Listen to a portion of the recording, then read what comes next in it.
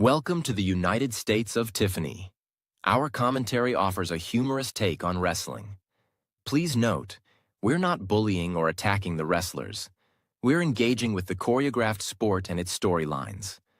Our jokes and observations are about the characters and storylines, not the real people behind them. Tourists and citizens alike, welcome. Enjoy the show, and remember, it's all in good fun.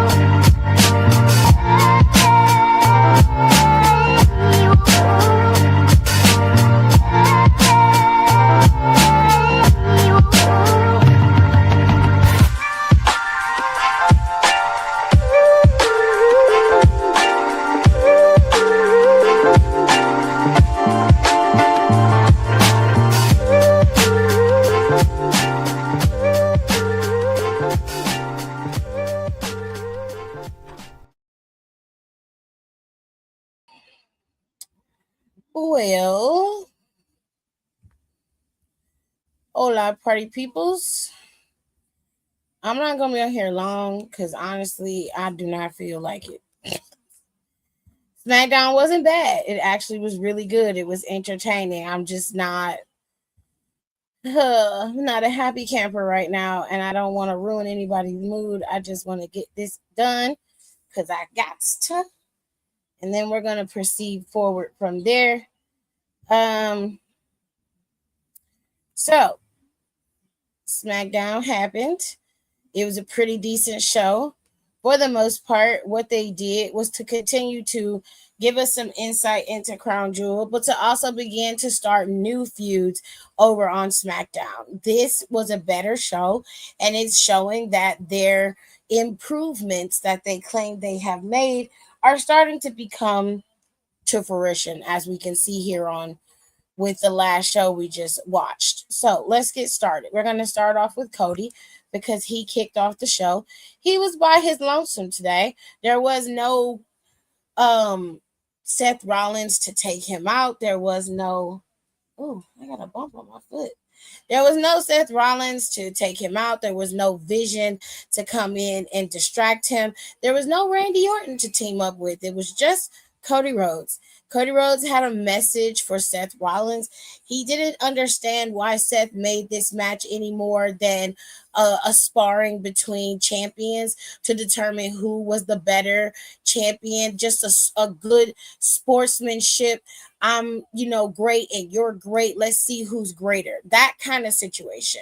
He didn't understand why Seth made it that way until he heard Paul Heyman's words on Monday. And then it all came into perspective for Cody Rhodes. Cody Rhodes basically said, since Seth wants to create this world of selfishness, he has to understand that that is a losing battle. You don't want to be the best, you want control. Wonder who said that. It was me. I told you. He said that trying to maintain control and continue to keep yourself at the top of the mountain in spite of, or at least at the at if you're doing this at the expense of everybody else around you, then you're not going to win.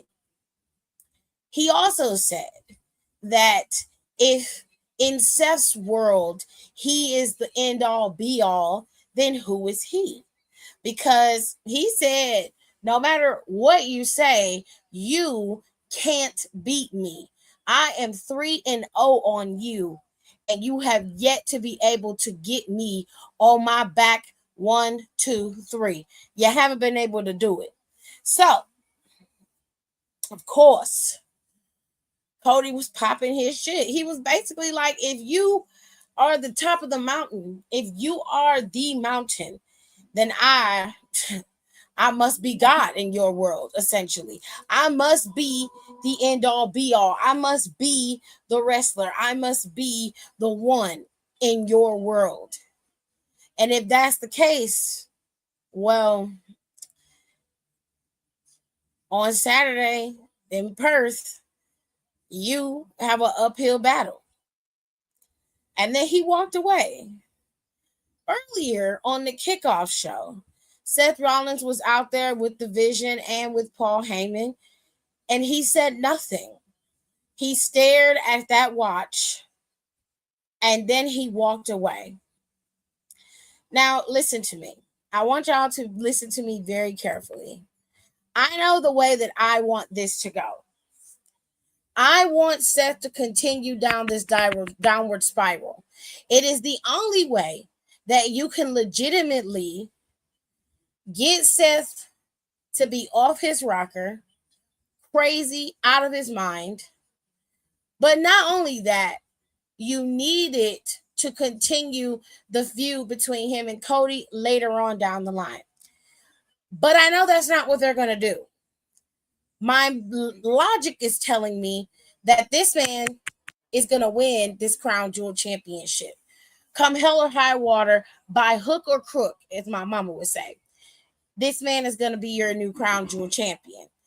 And it is going to be another notch in his belt that was handed to him, as every other championship that he's acquired has been handed to him. Now, we are not talking about reality, okay? Because we know all championships are chosen. We're talking about in the grand kayfabe storyline of things, out of everybody that is at the top of the mountain, Seth Rollins is the only one who has not had to truly fight. He has no story arc where he was the underdog. Now, if you want to count his battles with Brock Lesnar, or maybe his battle with, Triple H when Triple H was still wrestling, maybe. But we're talking about a real legitimate battle where it took him a while to be able to overcome it. Okay? Roman Reigns was in the down in the dumps for years. Okay? CM Punk was never chosen. Okay? And Cody got locked into mid-card hell, left, came back, and then still had to have a redemption arc when he came back. Seth has not had to do any of that. Everything he has gotten has been given to him on a silver platter. He is a child waiting for his silver rattle. And because he can't get it, he stomps his feet, he bitches, he moans, he complains, he comes up with excuses. Excuse number one: oh, you sided with Roman Reigns after I helped you take him down. No, that's not what it was. I heard you very clear on that Monday. You said, no, I was never your friend. You were the lesser of two evils. That's totally different than a betrayal taking you out of Roman Reigns. That had nothing to do with it. If that was the real culprit, you would have made that very clear that Monday. But you didn't do that, did you? I'm just saying. Let's keep it real. So on Saturday, aka tomorrow, I believe Seth Rollins is going to be your new Crown Jewel champion. Unfortunately. Now, if they swerve us and decide to let Cody be a two-time champion, great. It'll let Seth be still down in the dumps. It's another man that Seth really can't beat on his own or without trickery and tactics. But we shall see tomorrow. Now, they decided to give us matches this week. Okay. Sami Zayn had his United States Championship Open Challenge. And this time, Shinsuke Nakamura answered. And we got OG Shinsuke. Music, pageantry, and all. OG Shinsuke. Okay? And I was ecstatic, stoked. I loved it. Okay. So the match between Shinsuke and Sami Zayn was actually really good. But unfortunately, it was interrupted by the MFTs. Now, if you've been watching for the last month, then you watched as Solo reintroduced himself and reintroduced his family. And now that his family has returned with their new pride on their faces, they are more vicious. They are very much zeroed in on Sami Zayn, and he is not the only target. While Sammy was getting beat down by the MFTs, Shinsuke tried to come in to help, but there was no way one man was going to be able to take on four, especially with Tama Tonga in the mix. That is right, ladies and gentlemen, Tama Tonga has returned. He's this Thickums man right here in the corner. I don't care. I like Tama Tonga thick, in shape, fit, whatever. I like him either way. He got the Gorillas of Destiny makeup on, and I am living. It is the war paint he used to wear in New Japan when they were God.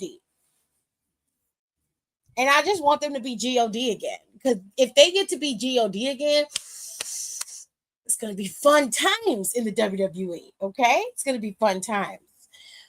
But unfortunately, they could not compete against a 4-on-2 assault. And it was a pretty bad one. And Solo came in just as proud of his MFTs, and everybody was very much booing them. You see Tom over there in the corner, right there in the left? He real thick. He real thickums, honey. I was like, oh, you real thick. You know what, Anthony? I was hoping somebody came and helped too, but the only person that had any cojones grandes was Shinsuke Nakamura. He was the only one that came down there to help. Well, he was already down there, but yeah, he real thick, baby. He real thick. Any hoosies. Kayla says, but the downside is Tama is covering his pretty face with the face paint, even though he looked cool. It's the downside, but I know what's underneath it. And so do you. And that's all that matters. Any hoosies. Let's get into the women. Kiana and Julia had a match with Stephanie and Tiffany. They decided to put their differences aside to be able to take on this common foe for now. But when it came time when that bell rang and the match was over and we were headed into Crown Jewel, it was going to be all bets off, and I'm going for the crown. At least that's what the two women said. They were able to bones it out and go out there in the ring and actually tag very nicely with each other. There was no animosity, no bullshit, no bravado. Everything had a singular operation. Everybody was focused on winning. Yes, winning. And we love that for them. We love that for them.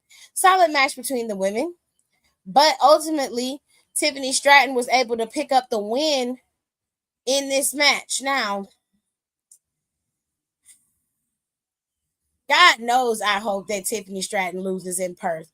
She is quite over in Perth. They do love her there. And considering the fact that she's a pretty blonde white woman, I am not surprised. However, I really want Stephanie to ruin this whole undefeated thing she got going on. But I have a sneaky suspicion that she won't, because they seem to be saving Tiffany for somebody else who had an undefeated streak at one point. And I'm just going to let y'all take a gander at who that just may be.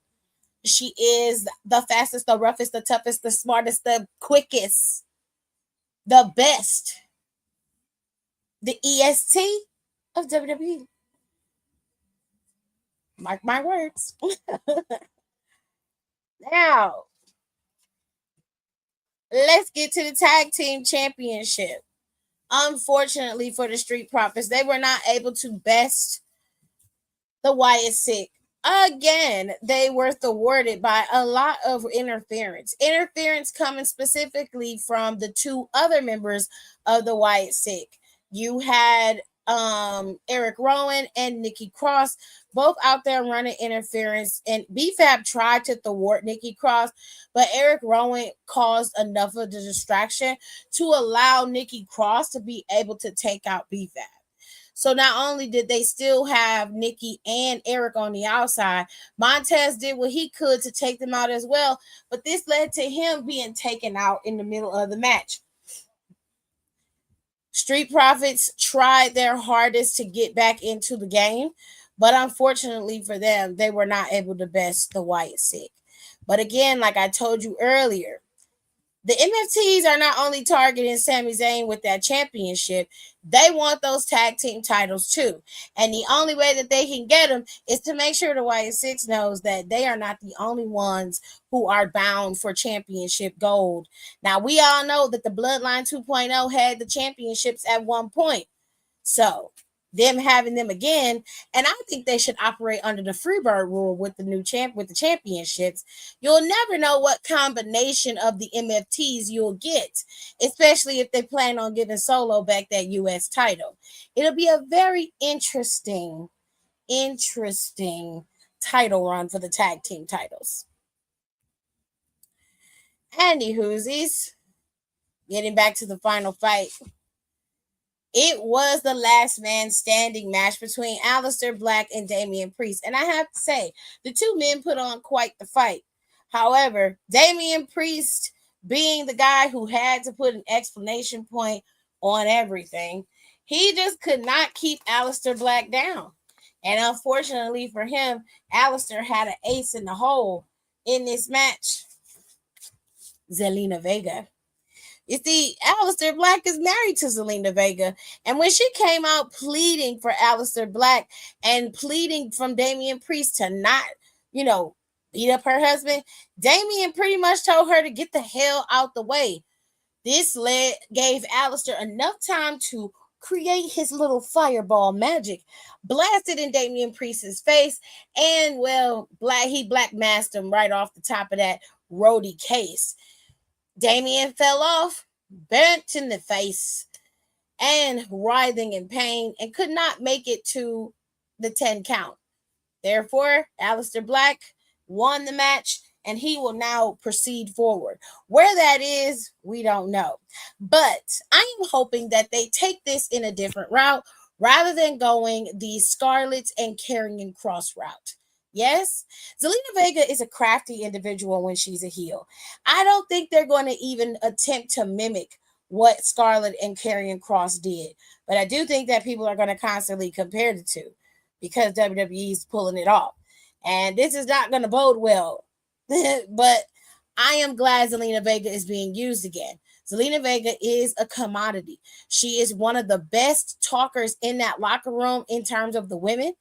And she is solid in that ring when given the right opportunities. So I can't wait to see what they're going to do with Aleister Black and Zelina Vega. And if I were in the driver's seat, Aleister Black would be going after that US title, whether Solo wanted it or not. But that's just me. We have a PLE tomorrow, ladies and gentlemen. And that PLE is dun da da da Crown Jewel. Perth, that is. And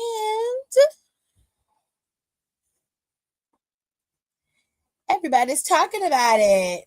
Are you? Do you care? I'm glad they came back with the original intro music, right? So cute. Zelina just had to be there. She did. Good to see her back on TV. She is very well and good as she does. I know. She's amazing. I'll be up in 10 hours. I am not getting up to watch this. I will put this on if I'm awake, which is highly unlikely.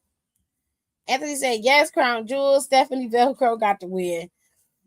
I don't think she will, but we're about to get into it. Let's go down the line. Roman Reigns said earlier on Pat McAfee's podcast that he felt like crap. He said that He has been in jet lag for almost 4 weeks since the last time he went to Australia, which was to film Street Fighter. And he said he hasn't been feeling his best, but he's going down under once again. And why not try to kill himself? You only get one life. So it's going to be a half capacity Roman Reigns OTC1 versus the tribal thief Bronson Reed. My money's on Bronson Reed. I don't think Roman Reigns is going to win this match, not because he can't beat him, because we know he can beat him, but he's already beaten him. And I have a sneaking suspicion that Braun Breaker is also going to help him win this match, since the last match he couldn't win that one by himself. Now, if I'm wrong, fair. Love that for me. But I just don't believe that I am. Now, according to Roman, he didn't need any help from his cousins. Jey Uso is going to do his thing while he's in the States, because I don't think that he's over there. And he said he didn't need nothing from Jimmy, which Jimmy didn't offer. Well, low-key he did. He did offer to have his back. The reality of the situation is this one, Roman is going into this all alone. And it's a 2-on-1 assault, usually, when it comes to Bronson Reed.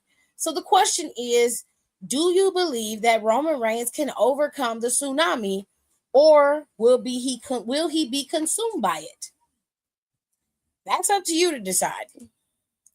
Let us move on. Tag team action is happening at Crown Jewel. You have Io Sky, a newly liberated and free woman, teaming up with her friend Rhea Ripley to face off against her former family, Asuka and Kairi Sane.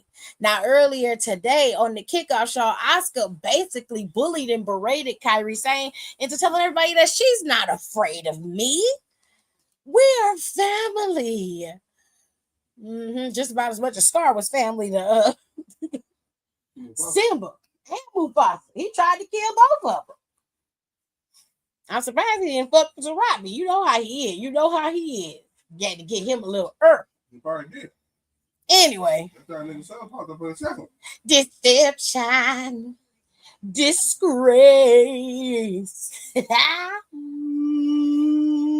Deception. Disgrace.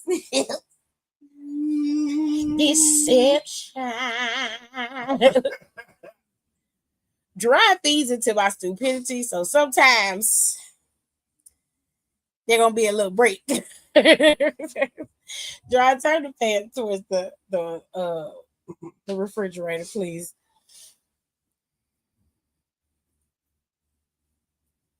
Now he will overcome. Evil as plain as the scar on his face, period. Rhea and Io will win. I think so too, Anthony. See you later, alligator. After a while, crocodile. Anyway, Io and Rhea are probably going to beat Asuka and Kairi Sane. Asuka has been bullying Kairi Sane, and Io attempted to bully Rhea, and she lost because of that. Now, she has been in her bag, trolling, disrespecting, being real nasty to both Io and Rhea. But she about to get a reality check in when your peers, or rather your students, then become the teachers. They do circumvent you. They will surpass you at some point. It is you who has to keep evolving and be ever learning, so that you are always 2 steps ahead of your pupil. But Asuka has rested in the fact that she is one of the greatest wrestlers in the world, and that no one can top her. She forgot that she also had a pupil in Io that was going to be one of the greatest wrestlers in the world. And usually there is only room for one at the top of the mountain. All of us can't sit up there together. And sometimes, Asuka, you have to take your bow and take your leave. But we shall see.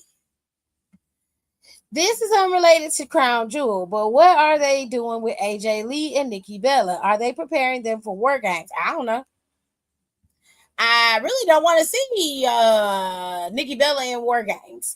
And I'm not too sure I want to see AJ Lee in there either. That's not an easy match for anybody to be in. And it's no shade, because it's not about their age. It's about their skill level. I don't think they're ready for something like that. That is a very brutal match, and it is very unpredictable. And Nikki Bella is way too pampered and princessy for me to be in that type of match. I don't want to see that. But that's just me. Moving on. Speaking of matches that I do want to see, AJ Styles has made it very clear that he is going to be doing what he loves doing, beating up John Cena. At first, John Cena is going to have one of his final bouts against one of his most formidable foes in AJ Styles. And earlier on the kickoff show, AJ Styles has made it very clear that next year will be his final year of wrestling, as well as he is set to retire in 2026. It's sad days in the wrestling world when it comes to these wrestlers retiring, but you gotta love that they are able to retire of their own free will and they're not going home in a damn hospital gown. Because back in the day, wrestlers didn't retire, they just simply couldn't wrestle anymore. So John Cena and AJ Styles, they are very lucky to be able to walk away with their health, their minds, and their careers. And the longevity of their careers is incredible. The trajectory of their careers is incredible.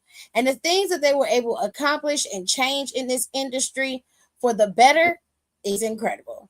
So to be able to see these two men go at it for the last time in Perth, that's going to be a fun time.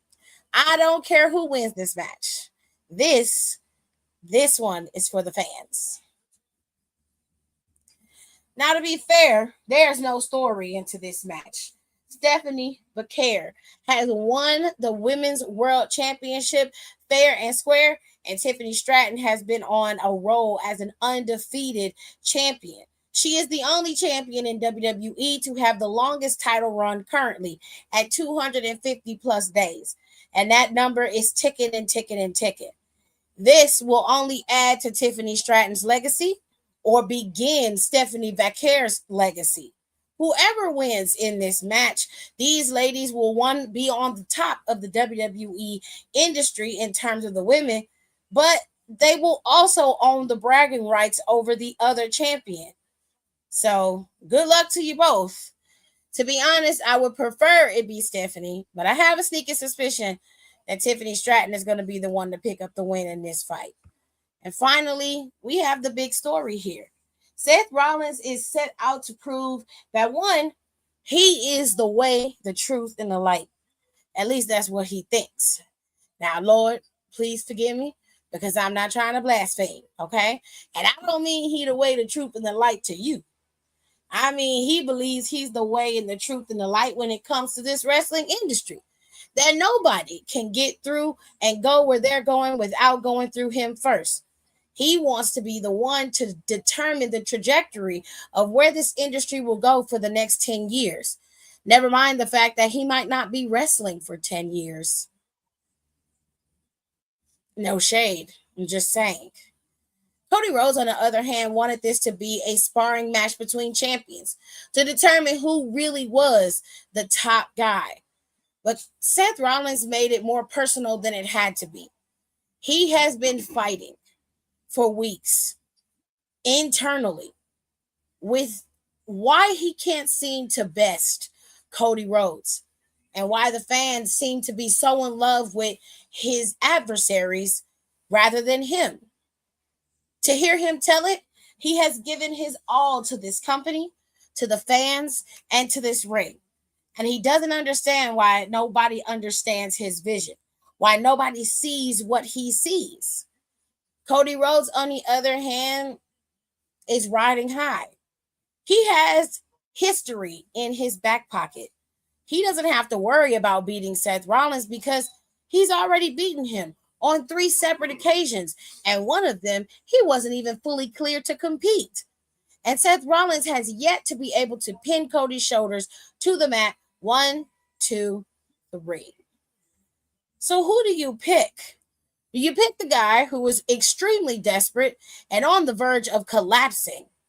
Or do you pick the confident, strong opponent who has already proven himself against one of the greatest WWE wrestlers of all time. I'm going to tell you this. The obvious pick is usually the wrong one. Seth Rollins more than likely is going to be the one to win this match. And now we're going to have to suffer between an overly confident Seth freaking Rollins running his mouth for weeks on end. I see where it could possibly go, but I have said this time and time again. I want him down in the dumps. So when it finally comes time for these two to come back to head, they're in two completely different places, two different headspaces, and times have changed. But again, WWE is going to do what they always do, which is give Seth Rollins his just due and then proceed forward from there and figure it out as they go. It's sad, it's late, and it's tired. If they do it my way, you'll have a storyline that works for you for over 6 months. But, what do I know? I'm a lonely fan watching TV. And that, ladies and gentlemen, is Crown Jewel. I hope you guys enjoy Crown Jewel. It is coming on at 8 a.m. tomorrow morning. I will not be watching it that early or doing commentary that early or coming after the show that early. It's too early in the morning, and everybody needs time to decompress and be able to enjoy the show. I'm going to avoid all the spoilers that are going to pop up online because they are, which means I won't be in my own group chat or channel because spoilers come in by accident, and I don't want to get myself spoiled. So I'm going to avoid it. With that being said, on Saturday night, Bound for Glory is happening. Well, Sunday night, Bound for Glory is happening. And if you don't know what's going on in TNA, you are really missing out on a true treat. TNA has some really good gems happening on their cards and on their weekly episodic shows. Now, they do upload clips over on YouTube on occasion, and sometimes they even go live and let you watch the show live. You got to be diligent and catch them. But for the most part, you'll get an overall view of what's going on in TNA if you subscribe to their TNA Plus app. It's really expensive, $9.99 a month, and you can watch the show every single week. Now, if it's too much for you because you have enough subscriptions, I totally understand. I get it. But you're missing out. Now, if you are the type of person who has the right type of television where you can watch it on Access Television, then so be it. Hopefully, TNA will end up on a bigger network within the next couple of years, and everybody will have access to TNA's weekly episodic shows. I'm very much looking forward to it. But let's get into TNA's card for Bound for Glory.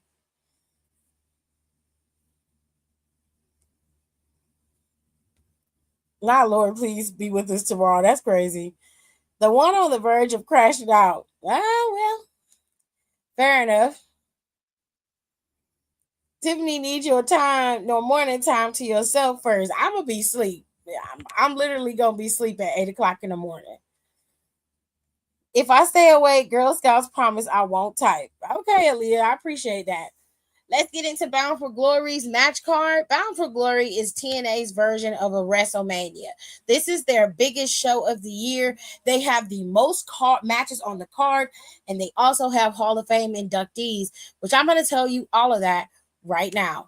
Tessa Blanchard and Gia Miller have been embroiled in a little fight. Apparently, Tessa did not like the way Gia Miller has been announcing her, or whatever the case may be. She didn't like the way Gia Miller talked about her behavior. So instead of acting like an adult and talking to her, she decided to attack the woman. Gia Miller is not a wrestler. She is a backstage correspondent. This attack happened twice, to which Tessa Blanchard ended up being suspended. Gia Miller was taunted, bullied, and disrespected by Tessa Blanchard's friend, Vix Crow. Eventually, she let her come back in, under one stipulation. If Tessa Blanchard put her hands on Gia Miller one more time, then Gia Miller would be granted a match against Tessa Blanchard at Bound for Glory. And because Tessa Blanchard is such a princess and cannot adhere to any rules, she put her hands on Gia Miller And therefore, the match was set and the game was on. Gia Miller has made it very clear. She does not care about winning. This is not about winning matches. This is about kicking Tessa Blanchard's ass. And I'm all for it. This one is also for the fans. The Dudley boys have tightened up, shaped up, wrestled a little bit, trained a bit, and the Hardys have been on quite the tear, running through just about every single eligible company that they can get to and collecting belts, even though they should be going and sitting their asses down somewhere. But I digress. They have now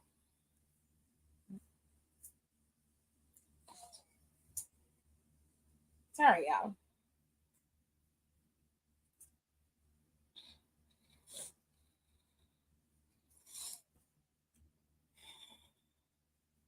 Sorry about that. They have now acquired the NXT Tag Team Championships. These titles were the last WWE championships that the Hardy Boys hadn't held. And now they have held every single tag team title available to them in the two companies that they currently operate in. The Dudley Boys, on the other hand, haven't held those NXT tag team titles. But it wasn't about the NXT tag team titles. It was about giving the fans and themselves one more match against one of their most formidable foes, one of their greatest opponents, the Hardy Boys. And the Hardy Boys, being the overzealous and overly confident champions that they are, they decided to grant Team 3D with their challenge. Yes, we accept. We're going to win. But now that the Hardy Boys are double champs, not only are the TNA championships on the line, but so are the NXT titles. The Dudley Boys have the opportunity to win gold again and not only be a TNA tag team champion, but also be an NXT champion. It is 2025, and we are still talking about the Dudley Boys. Jesus Christ. Moving on into the big kahuna. Mike Santana is facing off against Trick Williams. Trick Williams has been ducking and dodging Mike Santana for months, sneak attacking him, putting a bounty on his head, and incessantly disrespecting him at every turn and every level. Even when he's not there, he's sending people to disrespect, attack, and take out Mike Santana.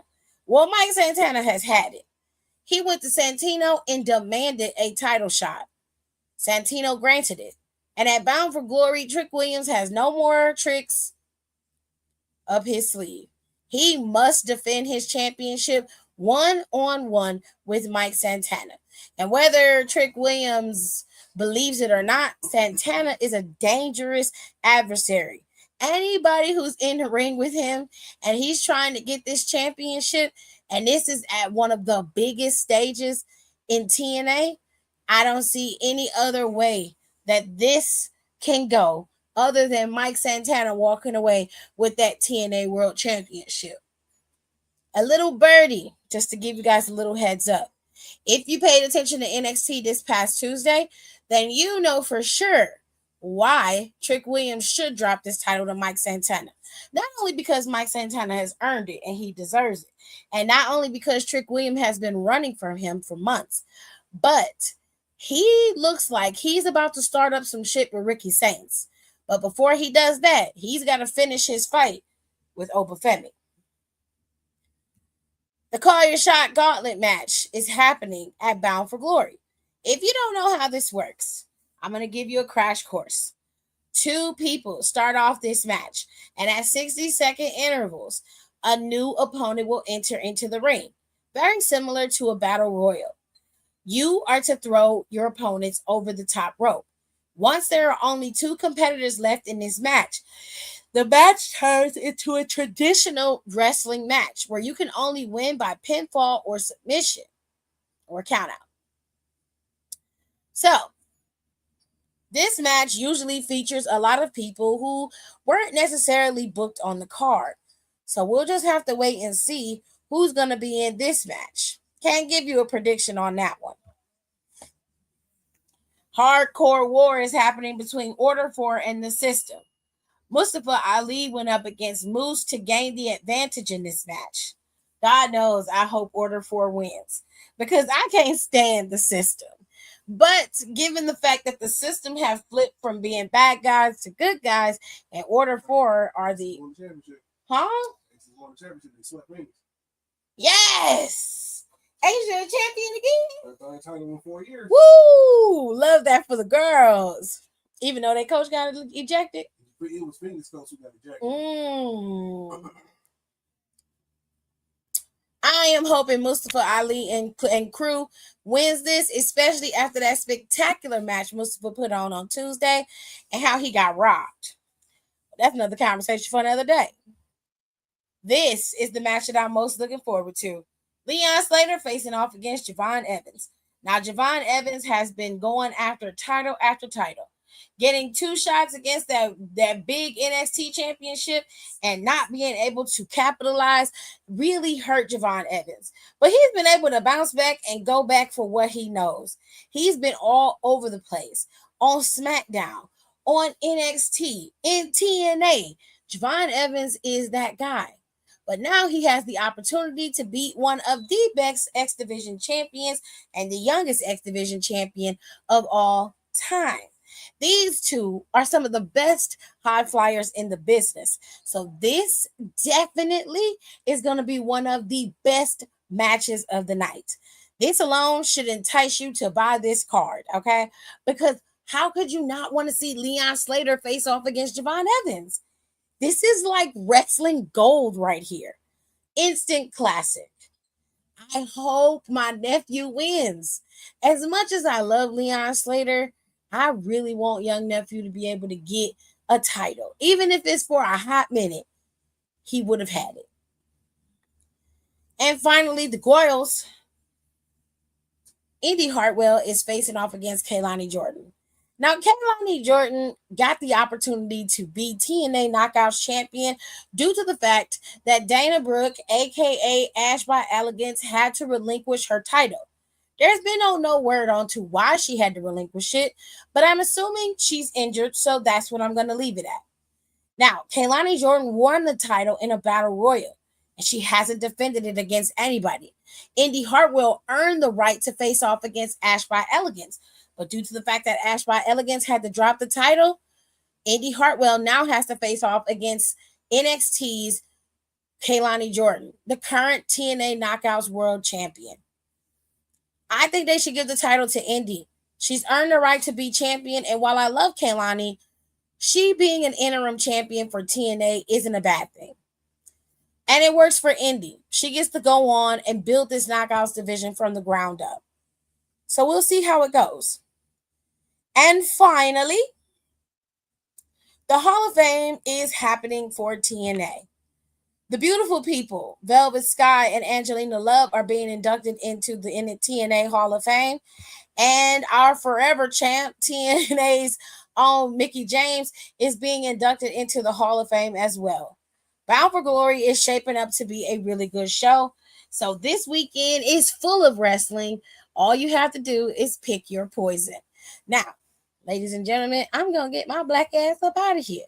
I appreciate y'all for listening to me rant and rave about wrestling and tell y'all all the deets of the match card. I hope y'all enjoy Crown Jewel tomorrow morning, and I hope y'all enjoy TNA's Bound for Glory on Sunday. Bound for Glory starts at 8 p.m. There is a pre-show, like a pre-show to Bound for Glory that shows up on YouTube, which you guys can watch for free. But Bound for Glory is going to be on the app, and I know that it's like $54 for Bound for Glory. So if you don't want to pay the price, totally understand. I just want you guys to know what you can watch on Sunday. Saturday, of course, is Crown Jewel, and Crown Jewel is exclusive to the ESPN app, unfortunately. Unless you have a little VPN and you can kind of get it through Netflix. But you didn't hear that through me. Otherwise, have a good night, ladies and gents, and I will see you guys tomorrow after Crown Jewel.